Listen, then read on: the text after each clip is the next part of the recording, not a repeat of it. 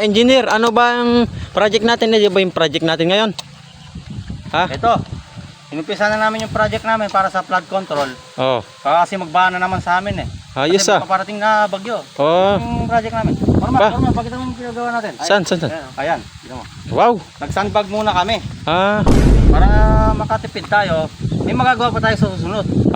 Oo nga. Yung budget natin dito, 10 billion. Pero 2 million lang to. Sa ibang site, doon natin gagawin yung project natin. Pakita mo, yung buo, kabuhan. Meron katibay. Matibay yan. Yan hindi basta-basta mawawasak ng ano yan, ng bagyo. Sinando, parating yung bagyo. Okay. Dito sa lugar natin, dito sa Barangay Tinero, laging lubugin taon-taon na lang. Kaya ngayon pa lang, sinimulan na namin pagsasambag. Oo nga no. Flood control yan. Magkano ba kasi ano yun dyan? Budget namin. Budget yan talaga. 10 billion. 10 billion. Yan, yung ginastos ko yan. Magkano yan? 2 million lang yan. Pa, ang galing ah. Di ba? Yung meron pang billion. Sa ibang project natin gagamitin yan. Pwede ba akong masama dyan para makabili naman ako ng sasakyan? Hindi. Para Bakit? sa talaga yan.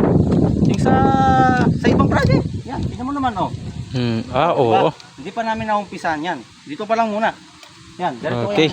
Sayang. Para makabili sana akong GT.